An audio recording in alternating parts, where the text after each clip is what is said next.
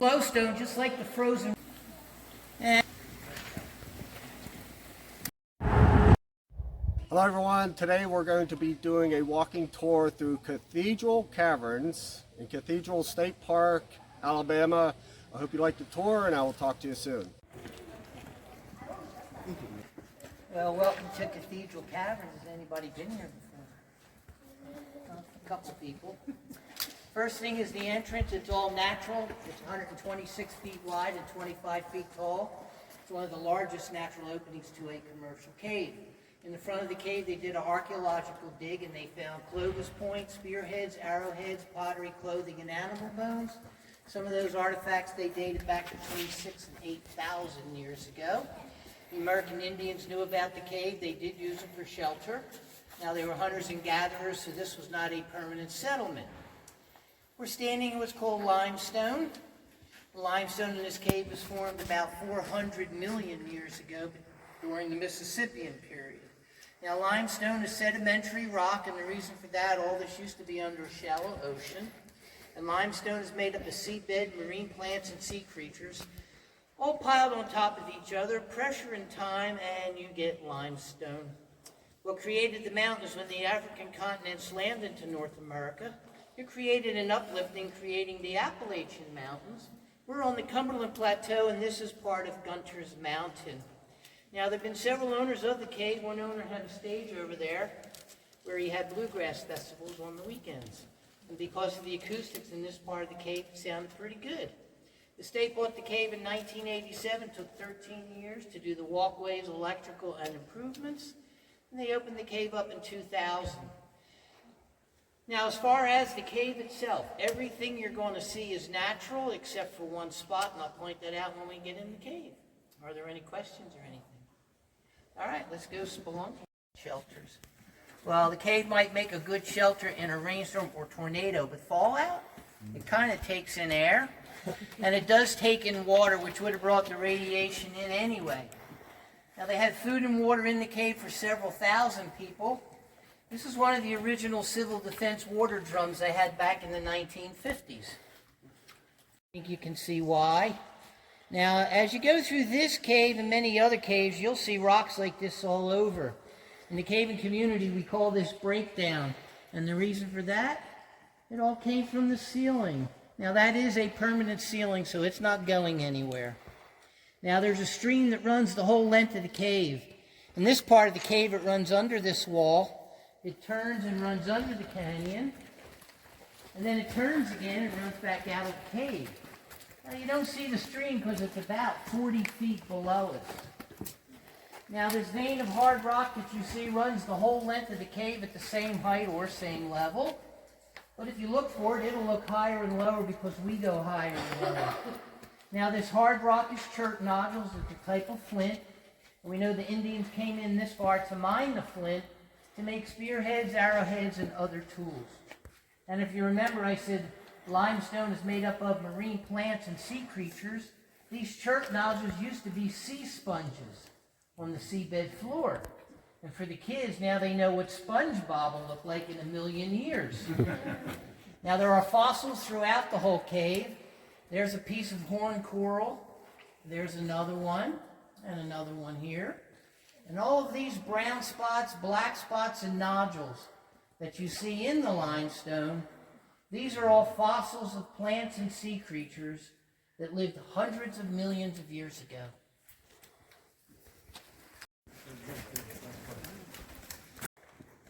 Okay, if you look down below, you can actually see the stream that runs through the cave.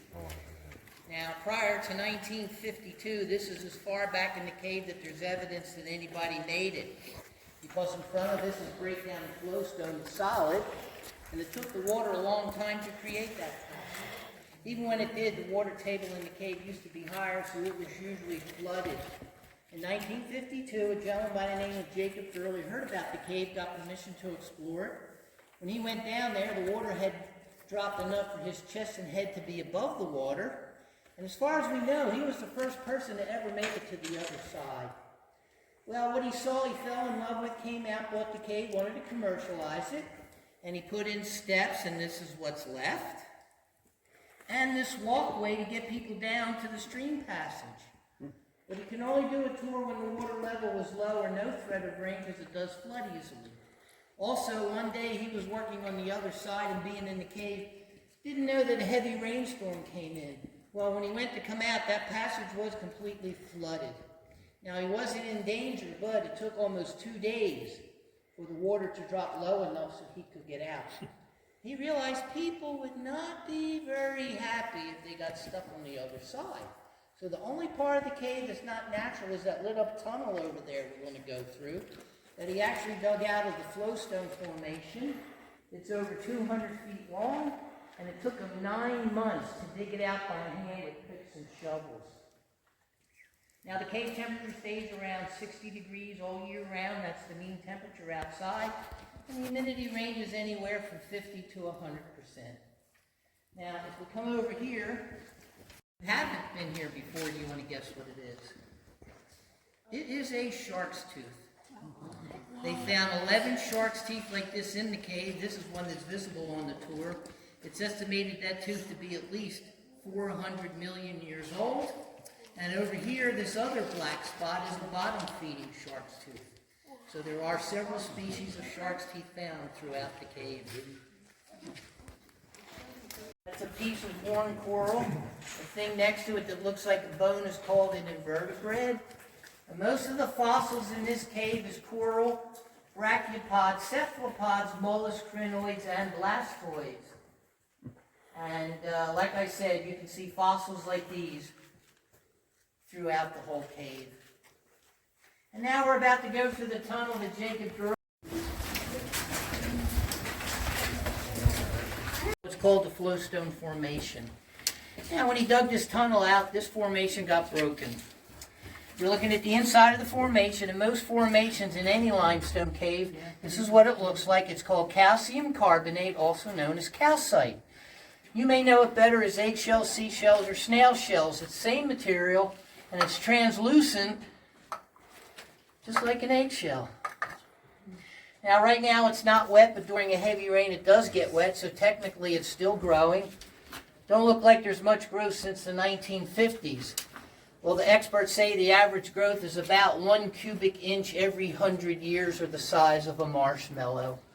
So, if you all come back in about 10,000 years, I'll lead a tour and there'll be a nice extended formation here. Okay, when Jacob Gurley came through the water passage on the other side, he came up behind these rocks, and this is the first thing he saw, and he called it Goliath. Goliath is what we call a column. It goes from the floor to the ceiling. It's 45 feet tall, almost 50 feet across, and 243 feet around the base. It's one of the largest columns you'll find in most caves. And if you look, Goliath is still growing. There's some new calcite that's forming on the formation.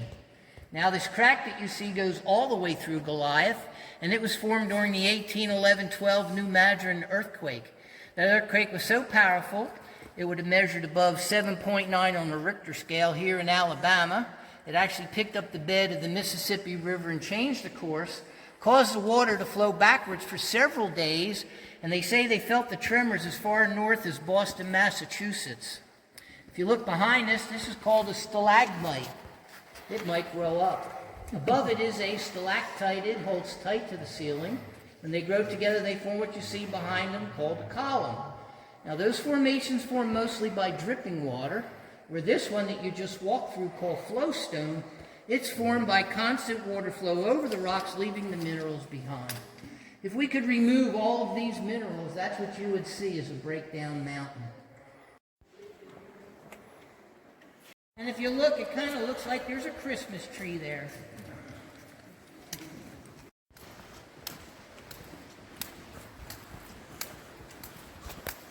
You're in a cave, it helps to have a good imagination.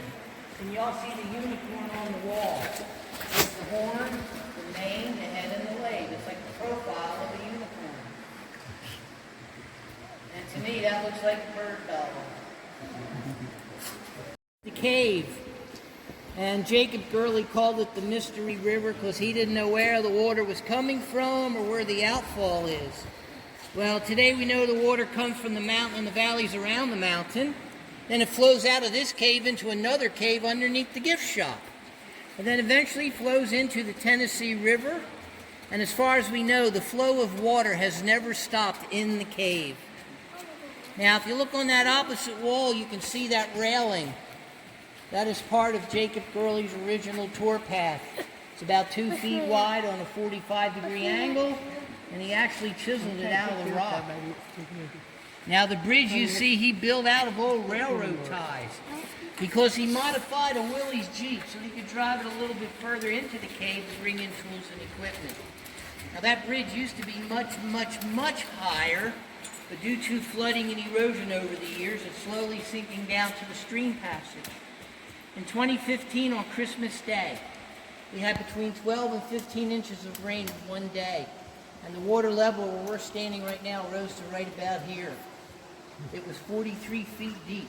It flooded this whole room from Goliath to the bottom of that incline. And when this room got flooded, a couple of the younger tour guides got kayaks and were kayaking up and down the room. Now this formation is called the frozen waterfall. And it's flowstone, just like the flowstone you walk through behind Goliath. Only we keep cave water pumped over it to keep it alive and growing. It's approximately 100 feet long and almost 30 feet tall. The crack you see was formed during the earthquake, and this one Jacob patched back in the 50s because he was afraid the way it was cracked, it could fall off and ruin the formation. Now these two pools that you see are called rimstone dams. And there's a couple small ones down here.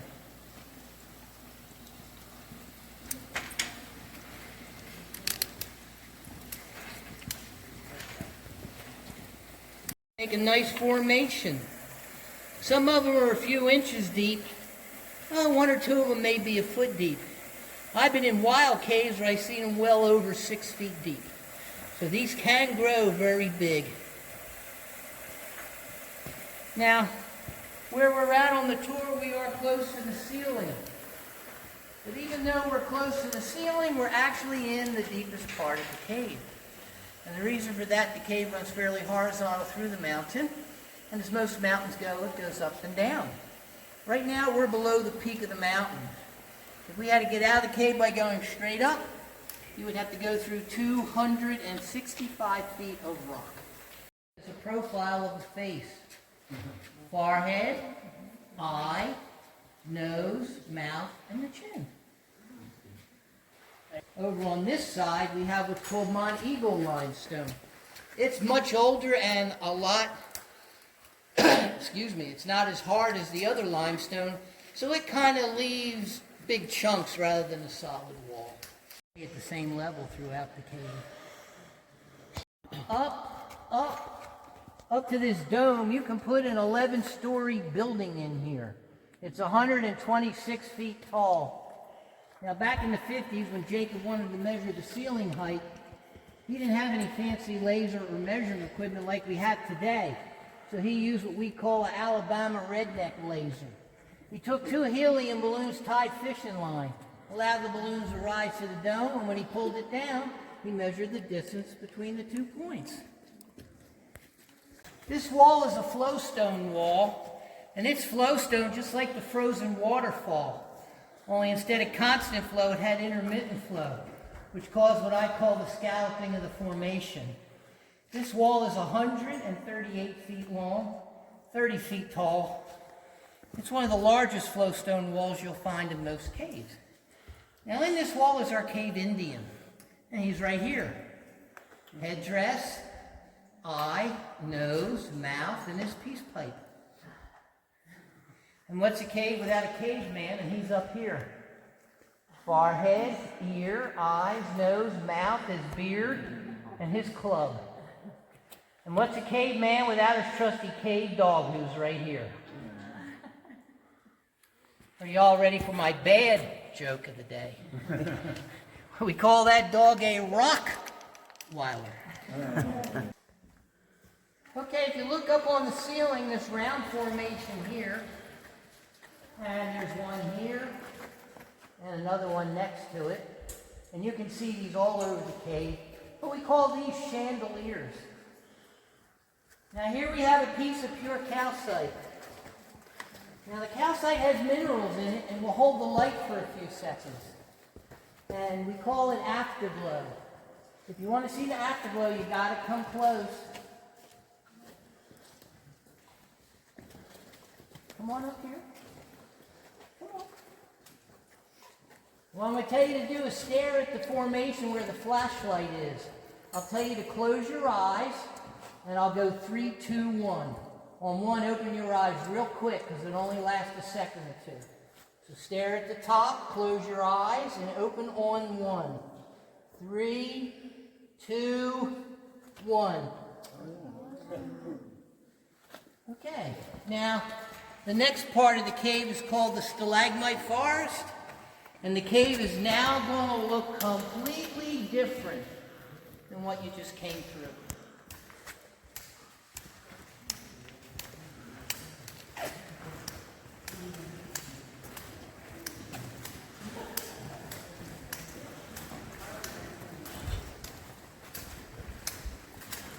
Okay, if you look up on the ceiling where my beam of light is, that black spot is another one of the larger shark's teeth.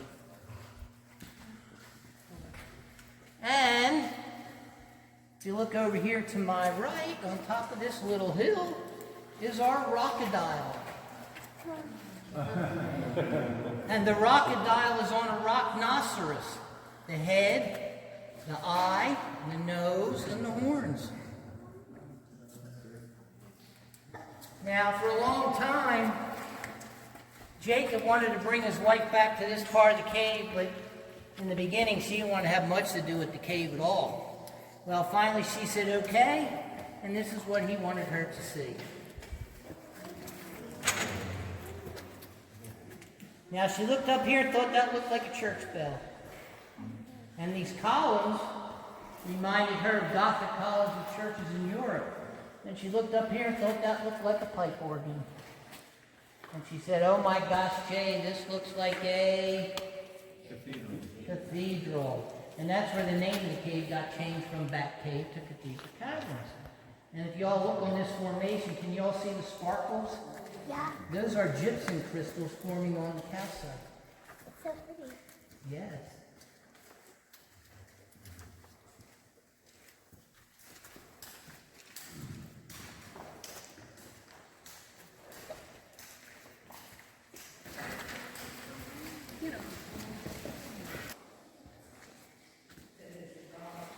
Okay, in 1995, Disney made a movie called Tom and Huck about Tom Sawyer and Huckleberry Finn, and part of the cave sequences were filmed in this cave. Part was filmed down by Goliath, and here you can see Tom and Becky escaping from Injun Joe, and they crawl under this formation. They come out over here, and then they go back through the cathedral room. Now, when they did the lighting over on this side, I didn't realize that when the light hit this rock and this ledge, that it cast a shadow that kind of looks like Abraham Lincoln lying down. And if you look up here is our shadow plane. Now, these formations you see hanging down here, and you can see these all over the cave, this is called drapery. But when you get a piece of drapery that's wide and thin like this one, and you backlight it, you get bacon.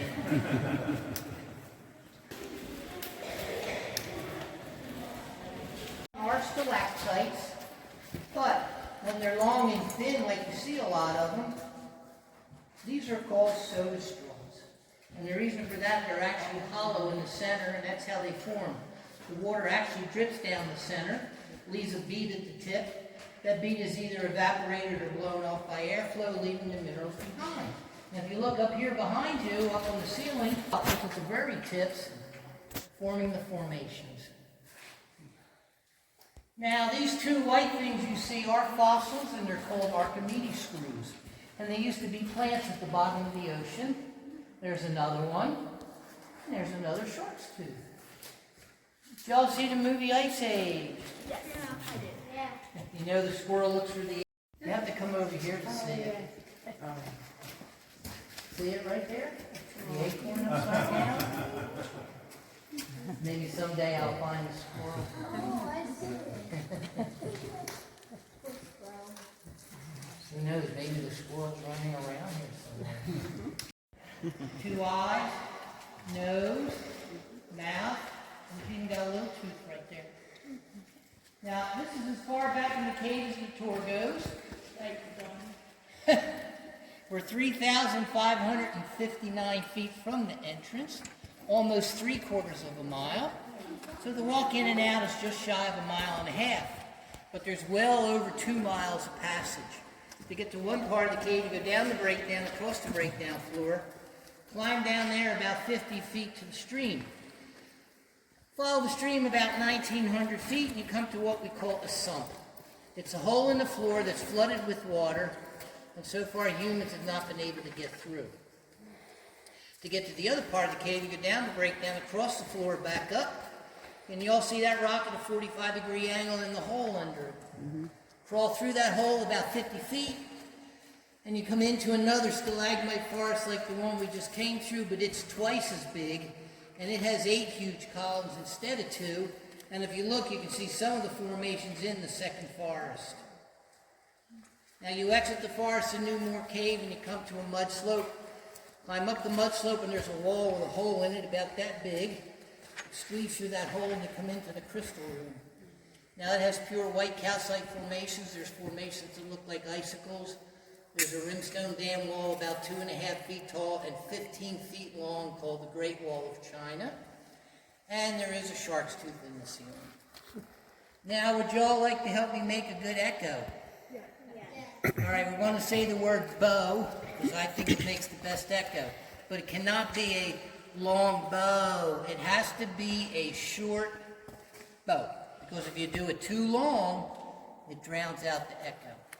So I will go 3, 2, 1, and after 1, if everybody yells bow, we can make a good echo. Now, 99% of the time, I'm the only one yelling bow. So let's get some participation, because the more people that do it, the better the echo.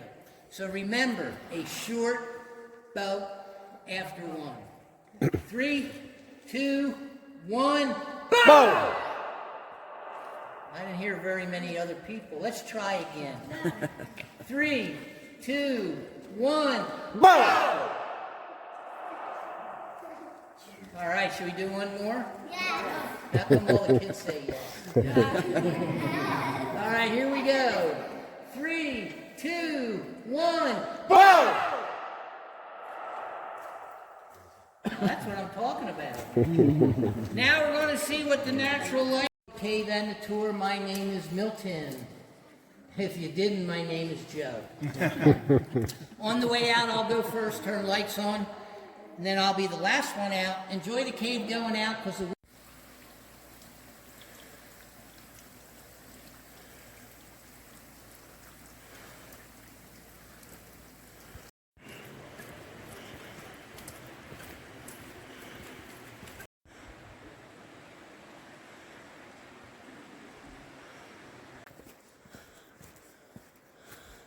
This is Goliath.